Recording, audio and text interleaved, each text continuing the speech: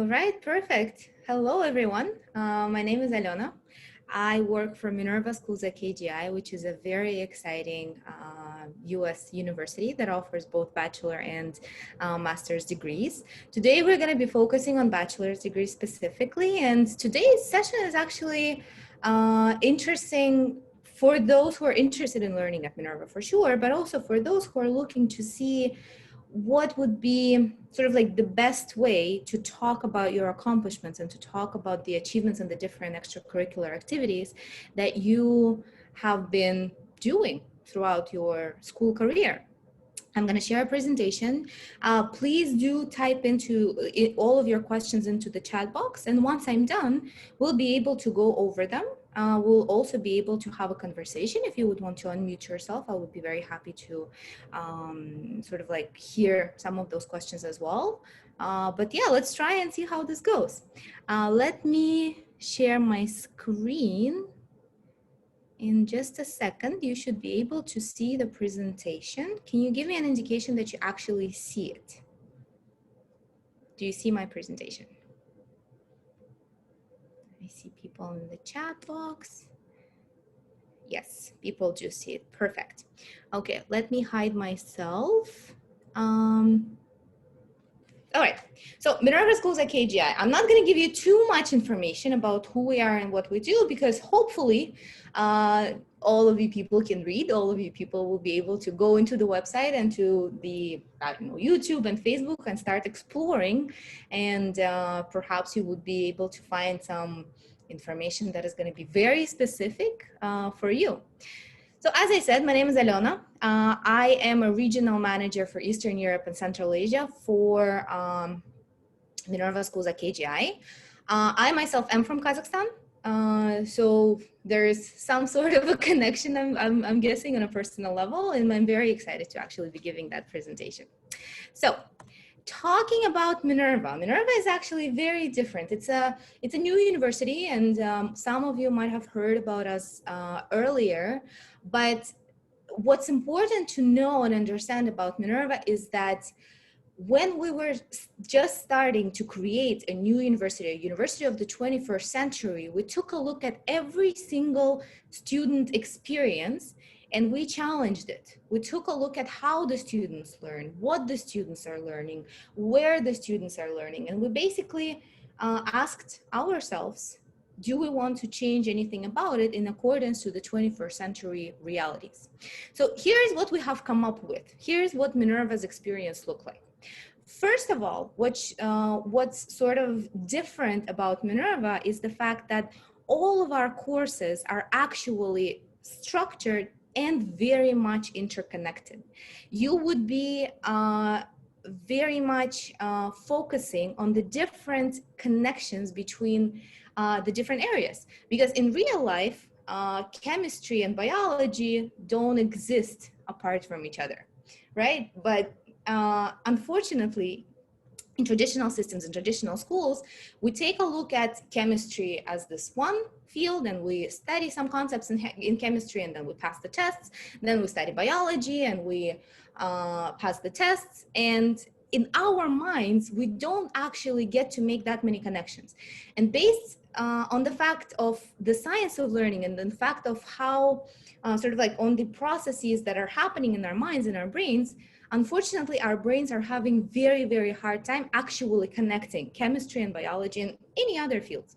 So what we do at Minerva is, first of all, we establish those connections. We make sure that our students understand what it is, how different fields are interconnected. And instead of asking students about, I don't know, whether they would want to study engineering or psychology or history, we ask them, what kind of problems that exist in the world would you want to contribute to? What kind of problems are you passionate about solving? And that's a completely different approach, because let me give you an example. I am very passionate about access to education in Central Asia. That is an issue, and that is an issue that can be achieved through many, many different lenses. It can be achieved through politics, through economics, through social studies, through psychology, through many, many different things. So what we do at Minerva is we make sure that the students really find the interconnectedness of all of those fields that contribute to a specific problem, so that they don't just learn about those different fields, but they actually understand the problem and the roots of that problem, so that they can go and they can solve it. And the way that the studies are happening at Minerva is that you would be learning something in class A, but then that same learning is going to be referenced in class B, and then in class C, and then in class Z 2 years after. So all of the structure, all of the scaffolding, which is what we call it, is specifically provided for students to be able to cross-reference the different fields and the different concepts. So that is sort of like the first part of what we are as a university. The second part of what we are as a university, we took a look at how the students are learning. And in terms of the processes, there's a lot of things that don't make a lot of sense in accordance to us. We completely abandoned the whole lecture format. We have no lectures at Minerva, and we have no tests at Minerva at all. There is 0 lectures and 0 tests. Instead, what we have is a flipped classroom. Our students, they first they learn the material, they read the material, they watch a documentary, I don't know, they read an article, they do some sort of a research. Then I see messages keep coming in. Give me just a second. I'm just wondering what it is that people are typing. I see. People are having their own chat. Okay. I think it's better to mute chat. Yeah, I feel like people are, I mean, I'm happy people are having a good time. I'm just worried that there was something wrong. But Raushan, can you please let me know if something is actually wrong? I just want to make sure that, we're all good in terms of like the presentation and the sound and everything else. So in terms of the second part, as I said, we do not believe in lectures. We do not believe in tests. So at Minerva, we don't actually have any of those. We have the flipped classroom format where the students first read the material, then they do the homework. And a lot of that homework actually requires for the students to go outside into the city and do something in the city. And only after that, they get to come into the class and they actually learn to apply those skills in a very, very different manner. They learn to sort of like reflect on some of those concepts that they have already seen, and they get to sort of like transfer them from one field into another. And this is what Minerva teaches you actually. Minerva really helps you see how to take a look at how structurally music is being written and how to apply all of that knowledge and all of that sort of like philosophy to IT. So it's a very, very, again, interconnected field, and a very sort of like a very cross-connected learning that the students are going through. That is the second part. The third part has to do with class technology. Pandemics hasn't actually been that much of an issue for us, simply because we have developed the forum a long time ago. The forum is a platform that we as a university have created ourselves based on the science of learning and based on our own needs. So we as a university have basically curated and customized the student experience in accordance with the key needs. So what does the forum do? The forum, first of all, it has all sorts of different tools. As a student, you can react to certain things that are being said in class. You can vote on something, you can go into breakout groups, you can do all sorts of different things to make the learning more effective. To make the feedback more effective, we have incorporated some of the tools that help us keep track of how long every single student has been talking for. And we have incorporated tools that help us understand the contribution of every single student. So it records every single student, and you're not just getting a grade. You're not just getting a grade on something you memorized and then put it on a test. You're getting a grade on how you're um, like how you, on how you have done a specific project, but also you're getting a grade on how you have contributed to a class based on specific metrics and based on what you have actually contributed. What's also important here is that all of our professors are working together. So the grades that you would have in class A would be visible to a professor from class B. And that way, there's much more holistic approach in terms of how we're going to be sort of like evaluating our students. Let me go on to the next slide. As you can see here, we have 5 different majors: arts and humanities, computational sciences, natural sciences, social sciences, and business. And as I said, at Minerva, we don't want you to just teach, to just learn theory. We want you to identify issues that you care about and to go and solve them. So for example, we have, and as you can see, all of those different concentrations, they're all very broad. They're all very much interconnected with some other fields. So for example, I don't know, in social sciences, we have designing, in natural sciences, we have designing solutions. And it's a really cool one that I've been thinking a lot about lately. It basically takes a look at the different issues that we have in medicine in the 21st century and ways to solve them. And I think now is one of those times where this particular one can be a very interesting one. I don't know, at Minerva, we have things like mind and emotion, and that concentration is focusing not just on psychology and psychological theories, but it also focuses on how the mind works, the different biochemical processes that are happening in the brain, and the different reactions and how they are formed based on those biochemical reactions, and how all of that formulates our emotion, and how all of those things are connected with the psychological theories. So as a university, we're very much focused on, again, making sure that you don't just understand theories, don't just know theories, you actually understand how things truly work. Fun thing about Minerva, one of the sort of like the myths, not the myths exactly, but one of the sort of like reputational aspects of who we are as a university, we're very much famous for traveling the world. Our students are traveling the world. They live in 7 different cities across the world. And this is all true. Our students live in 7 different cities throughout the 4 years of their studies. They start in San Francisco, and this is where they spend their first year. In the second year, they go to Seoul and Hyderabad. In the third year, they go to Berlin, then Buenos Aires. In the fourth year, they go to London and then Taipei. And after that, they come back into the States, and this is where they finish their degrees. Of course, with the pandemic times, we as a university have been very flexible. So we have provided our students with multiple options. For example, for this semester, our students got to go to either San Francisco or Berlin or London, or stay remote at home. And a lot of students chose to stay remote. A lot of students chose to go to San Francisco. A lot of students chose to go to London, and some chose to go to Berlin.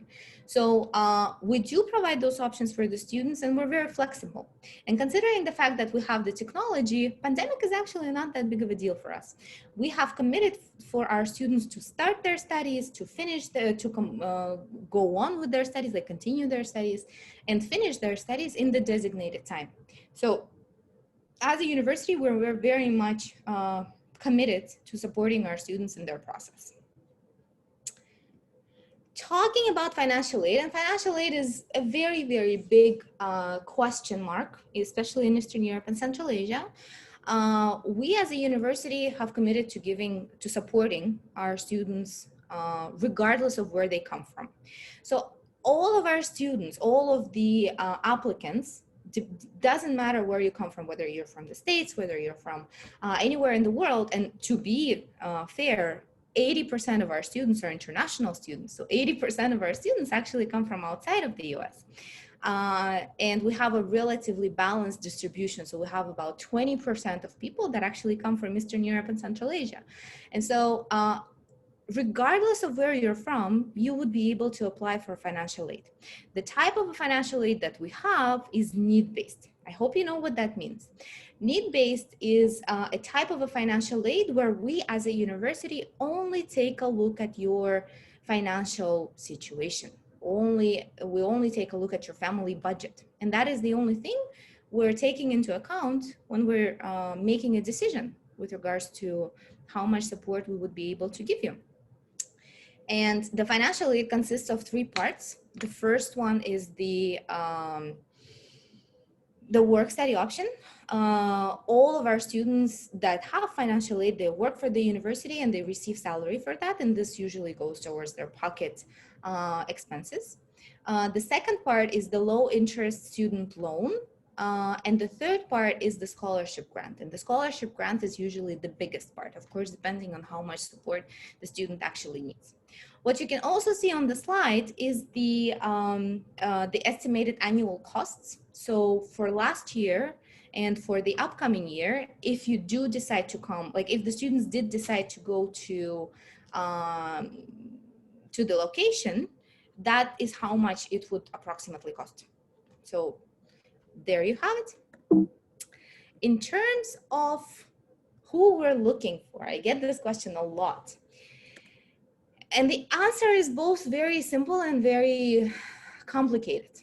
We are definitely looking for people that are intellectually curious, that are deeply driven, inspired by the complex challenge of making the world a better place. Yes, all of that. However, there is very specific, and I feel like a lot of universities are saying that, so I feel like we should focus a little bit more on that, because there's a very specific type of a student that, for example, shouldn't be at Minerva. There is the types of students that would want to learn theoretical physics for 4 years, for example. They just want to stay in their campus, learn theoretical physics, and just focus on that.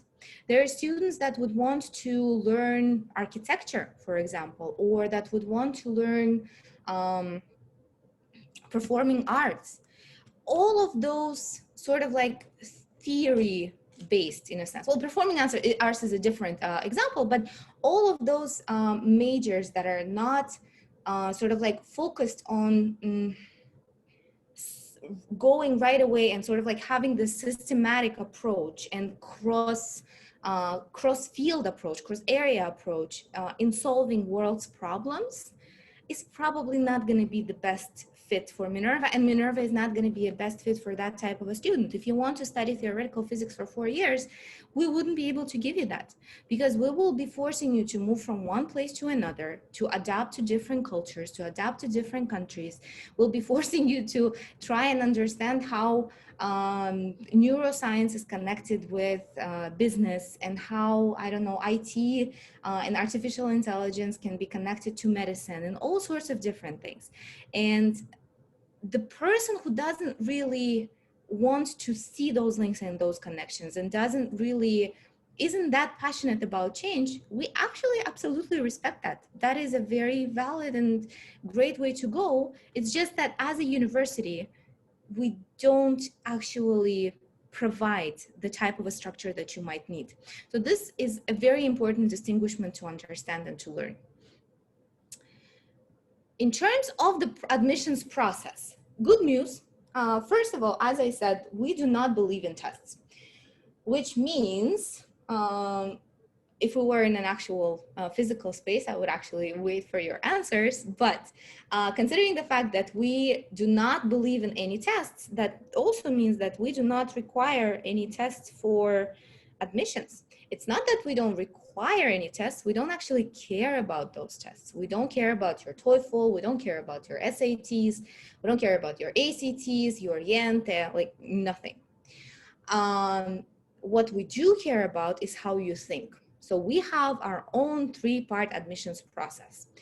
The first part talks about who you are, and it is the basic application form, and basically that application form is very much focused on your academic experience, so your transcripts, the rating of your school, the rating of you in your graduating class and whatnot. The second part is pretty much a substitution to the challenges. So we're going to be looking at your raw thinking processes in a very, very different way. If you go into the website and you start your application, you will see the challenges available to you. And you will see how different those challenges are, because they will ask you to justify a specific decision or to creatively imagine something. I cannot give you too many details, but basically the challenges are very much designed to understand not how you think, not how well you can prepare for a specific test, but they're very much designed to try and understand how you, not what you know. They're very much designed to try and understand how you think, and specifically your raw thinking processes. I get a lot of questions from students asking how they can best prepare for challenges. And the answer is really simple, actually. You can get enough sleep. You can get good food. You can make sure that your internet connection is stable. You can make sure that no one is going to be bothering you. But in terms of theoretical sort of like material, there is literally nothing you can do, nothing you can read, no book you can take to actually take those tests, to actually take those challenges. So that is our approach. That is our philosophy. We actually do care about how you think. The third part is your accomplishments and your achievements. And we're going to be talking in depth a little bit about, in a little bit, we're going to be talking in depth about that. And I'm going to give you a number of tips that will hopefully be very helpful for you in terms of, again, trying to understand the sort of like how to best approach that. But in the third part, we're very much focused on trying to understand who you are as a person, what besides school you're actually doing, and it can be anything. It can be arts, it can be sports, it can be Olympiads, it can be projects, absolutely anything. There is a certain way in which you can do it better. And once again, I'm going to share that in just a second. But that is a very, very important part of our process. What's important to also remember about our process, and I'm sure that there's other universities out there that are having the same approach, is that we have what we call a holistic approach. A holistic approach is when a university takes a look at all of your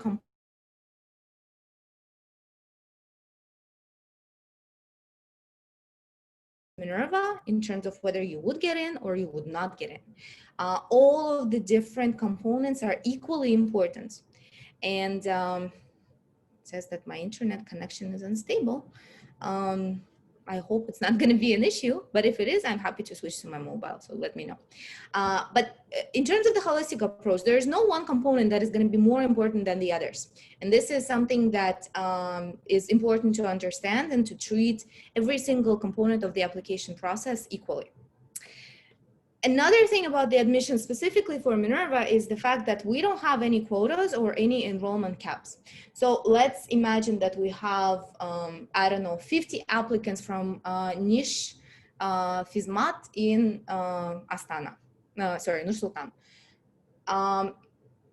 You're not going to be competing against each other.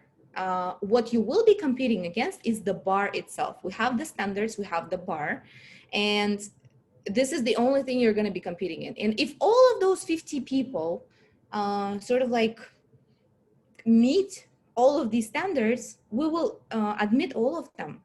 We will not have this like maximum or quotas for any of the countries, any of the students, any of the schools, or anything of the sorts.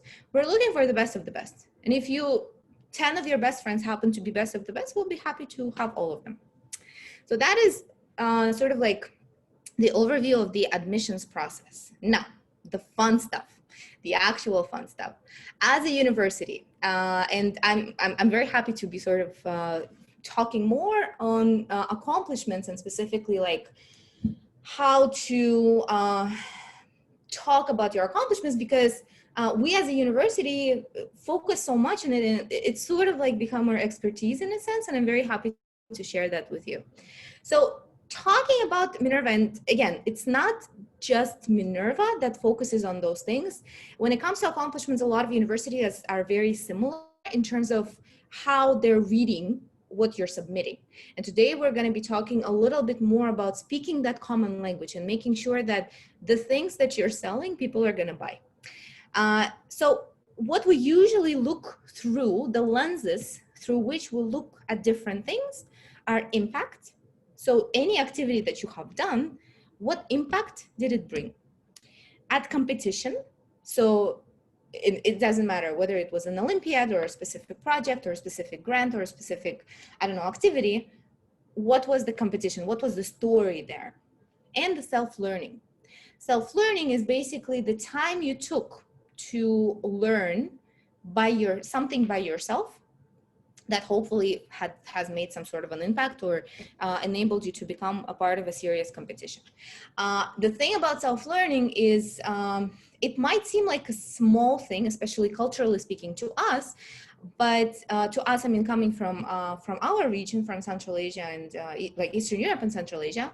But talking about self-learning, what's important to remember here, let's, I don't know, take a look at an example where you have a tutor in English, or like that tutor helps you prepare for TOEFL. That's not exactly self-learning. It's great that you have all of these resources and that you go home and you take and like you have homework and you're doing all of that. That's not actually a very good representation of a self-learning. But if you come from a village where there is only one book in English, and that book is some sort of a literature, I don't know, Gone with the Wind, a book. And this is how you've been learning your language. And based off of that, you managed to move further. And now you have, I don't know, a class of 20 peers that you're helping prepare for TOEFL. Now that can be a good example of an impactful self-learning. If you're just doing self-learning and you're basically using resources that are given to you by your parents or by a specific organization just because you're you, unfortunately, that's not a self-learning. So this is a very important distinguishment that you have to remember about when you think about self-learning. When you think about other things, when you think about context and when you think about numbers, I always tell my students that numbers are extremely important. They are one of the key ways in terms of how we as a university can understand the context. I love my colleagues in San Francisco dearly. They are absolute professionals and they're amazing in what they do. Does this mean that they know what is happening in, I don't even know the city, like Osh, Kyrgyzstan, for example? Does it mean that they would actually know? Of course not. And they're trying to do their research, they're trying to understand the context, but what you can do to ensure that they actually understand where you're coming from is using numbers. And on the slide, you see several questions that can sort of like help you understand some of the formulation. Because for example, if it was a competition, that's relatively easy one, right? So like you enter the competition, there was, I don't know, 10,000 people at the beginning in the first cycle from, I don't know, like 100 schools, then you, from like 1,000 schools, right? Then you went into the district level, it was, I don't know, like 50 schools, and then you went into the city level, it was this, and then you like the pathway for an Olympiad, for example, is going to be a relatively easy one. You would be able to just provide the numbers and always provide the numbers. What is important for you to remember, especially when it comes to Olympiads, is the fact that in different countries, Olympiads are being done differently. There is some countries where the people get nominated for a national Olympiad right away. And I mean, I come from Kazakhstan. I know that's not how we've been doing things. We first start at the school level, then we go to the district level, then there is a city level, then there is a regional level, and only then there is a national level. But until you say all of that to the admissions team, no one will ever know. So make sure that you provide all of those numbers, that you provide the information with regards to which place you have taken in every single cycle of those. Because if you don't say that information, we'll just assume that not enough context, and perhaps we wouldn't be able to even evaluate that. I mean, we as Minerva would probably reach out to you and we would probably cross-check that with some other people. But as a university culture, sort of like in general, as far as university cultures go, there is no guarantee that people will actually go and research that particular country. So make sure that you provide all of those numbers, because even if you don't do that, other people might not be looking for them. And that is the scary part. So coming back to the questions, if it's not that clear in terms of like the improvement, in terms of the I don't know, in terms of the numbers, like for example with the Olympiads example that I gave you, if it was a certain project that was meant to be impactful, that was meant to serve the community in a certain way, use this very amazing trick of talking about percents. It can be anything, like take a look at the improvement that you have done and try to evaluate that improvement in percents. For example, I came into this role, I started working, and the approach that I had decreased the amount of hours that other people had to spend on this project. So we have become more effective. Or I don't know, we did this fund. I mean, fundraising is not a very good example, but I came into, like, I have developed a formula that has been later on purchased by this organization, and they managed to, I don't know, increase their profits by 15%. So all of those percents, they can actually help you address some of the improvements and talk about them in a very structured way, instead of just saying, oh, I did this very cool thing. In terms of the competition, we talked about that. Competitions, Olympiads, very important. Just never forget. It never hurts to do that. And trust me, if a university is going to be doing that research instead of you, that's good news. But again, not a lot of universities might sign up to do that, because we receive, I mean, even we received 25,000 applications last year. So it can be different. Talking about project, again, we really want to see what the impact was. So we really want to focus on how many people you have helped, how many, I don't know, animal shelters have you been working with, for how long have you been doing this? Has this ever been done before? Because all of those different questions, again, bring context. If you have done something, I don't know, if you've done this sports volunteering thing once, I mean, great, that's very exciting, not exactly enough. So we want to see, was that a repetitive thing? Has this ever been done before in your city, or did you just come up with something yourself? If you have been doing a project, what was your role? All of those different details are very important when we try to understand the context. The second advice that I have for you is being holistic. It is extremely important to remember that, yes, schools are different, and schools will be universities, and universities will be looking for different things. A lot of universities are looking to understand who you are as a person. So even if you're interested in studying, I don't know, history, but when you go home, you actually do music, you do sports, you have developed an app, I don't know, you have been learning Python by yourself, and like have created a model based off of that. All of those things, universities like us, we immensely care about those things. So please do not just focus on this one area of interest, because the way that we would see it, specifically as Minerva, for example, we would see you as a person who is very focused and very passionate about this one area, but you're only focused and passionate about one area. So if you have something to offer, if you have something to talk about, please do that. Tip number 3, understand the university. And I'm sure Education USA has been telling you so many times about that. Understand the university, understand the different thing. And to be completely honest, I get it that it's really hard. Once again, I come from a very similar background. No one teaches us to research universities. No one teaches us that skill. And it can get pretty boring. And it seems like all of those universities are talking about the same thing, and they're talking about the same sort of like, yeah, they have different animals as mascots, but what else is new? However, I assure you that this is not how universities view themselves. Every single university is autonomous. Every single university has its pride and its identity and its philosophy and its model and its programs. And until you actually understand the university, you would never be able to answer, like to truly and effectively answer the question in terms of why you want to study there. And it's actually very, very naive to think that you will not be asked that question somewhere in your application.